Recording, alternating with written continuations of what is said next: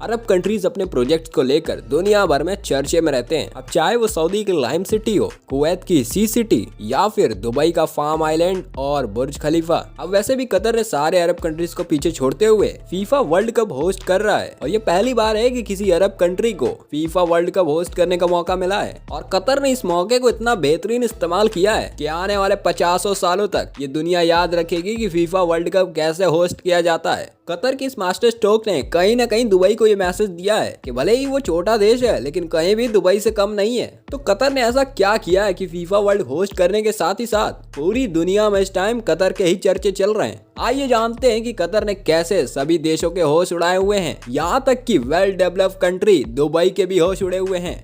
सबसे पहले ध्यान देने वाली बात यह है कि कतर ने इस फीफा वर्ल्ड 2022 के लिए 8 वर्ल्ड क्लास स्टेडियम, एक पूरी की पूरी वेल प्लान सिटी, साथ ही साथ पूरा का पूरा रैपिड मेट्रो सिस्टम, दोहा मेट्रो, राजधानी दोहा से स्टेडियम तक क्लेब बना दिया गया ताकि मैच देखने आने वाले सभी फुटबॉल लवर्स को कोई भी तरीके की परेशानी न हो। यहाँ तक कि उनके रहने के लिए कतर में लग्जरियस होटल्स, विलास और तो और क्रूज शिप होटल्स के साथ ही फैन विलेज भी बनवा दिए। लेकिन क्या कतर बहुत बड़ा देश है? आइए आपको कतर के बारे में थोड़ा सा बता देते हैं। अगर हम बात कतर की करें तो कतर एक बहुत छोटा सा देश है जो कि करीब 11,571 किलोमीटर स्क्वायर की जमीन पे फैला हुआ है। आप बस यूं समझ लो कि भारत के राज्य नागालैंड से भी छोटा है। लेकिन इस छोटे बम ने बहुत ही बड़ा धमाका किया है। आपको बता दें कि पूरे अरब गल्फ में आज कतर सबसे ज्यादा अमीर देश है और अगर आप पूरी दुनिया की बात करें तो पर कैपिटा के मामले में अरब चौथे नंबर पर आता है। आइए आपको एक एग्जांपल से समझाते हैं। जैसे कि हमारे भारत में अगर कोई एक इंसान 1 लाख रुपए महीना कमाता है तो ये कतर में रहने वाला सबसे गरीब इंसान की इनकम होगी। साथ ही पूरी दुनिया में कतर ही एक ऐसी कंट्री है जिसकी पॉवर्टी रेट 0% है।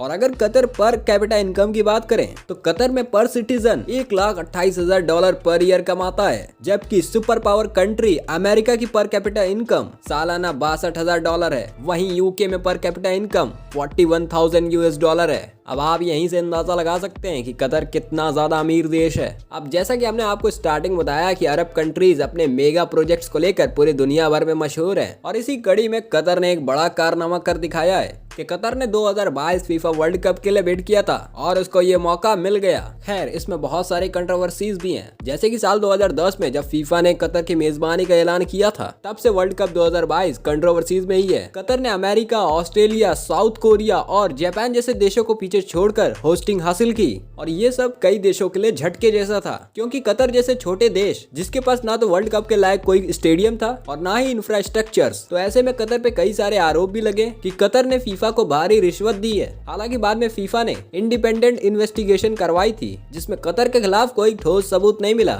इसके बावजूद कतर ने हार नहीं मानी और 10 साल के अंदर ही 8 शानदार वर्ल्ड क्लास स्टेडियम और इंफ्रास्ट्रक्चर खड़े कर दिए, जिसे देखकर दुनिया हैरान होने के अलावा और कुछ नहीं कर पाई। द गार्डियन के मुताबिक कतर ने पिछले 10 सालों में हर हफ्ते $500 मिलियन खर्च किए। इस हिसाब से अगर 10 साल का हिसाब लगाएं तो लगभग $230 बिलियन और अगर इंडियन रुपीस में कहें तो लगभग 19,000 अरब रुपए, जिसमें 8 world class solar power stadium और ये सभी स्टेडियम कतर की राजधानी दोहा से 55 किलोमीटर रेडियस के अंदर ही है। गल्फ कंट्री में रेगिस्तान है और यही वजह है कि बाकी कंट्रीज के मुकाबले यहाँ ज्यादा टेम्परेचर मिलता है। ऐसे में खिलाड़ी और जनता की सुविधा के लिए इन सभी स्टेडियम को एयर कंडीशन बनाया गया है। अगर हम स्टेडियम की बात करें तो यह भी पहली बार है कि दुनिया में किसी ओपन एयर स्टेडियम को एयर कंडीशन बनाया जा रहा है और ये पॉसिबल हो पाया है डॉक्टर कूल के नाम से मशहूर mechanical engineer doctor Saud Ghani ने किया है। गनी के मुताबिक अगर स्टेडियम के बाहर का टेम्परेचर 52 डिग्री सेल्सियस है तो स्टेडियम के अंदर का टेम्परेचर 22 डिग्री सेल्सियस रहेगा। किसी भी ओपन एयर स्टेडियम को एयर कंडीशन करना एक बहुत मुश्किल काम है और इस काम को अंजाम दिया है कतर वालों ने और ये बेहतरीन तरीके से काम भी कर रहा है। आइए जानते हैं कतर के इन 8 स्टेडियम के बारे में जिनको बिलियंस ऑफ डॉलर खर्च करके बनाया गया है और जिनकी दुनिया भर में चर्चा चल रही है इस टाइम।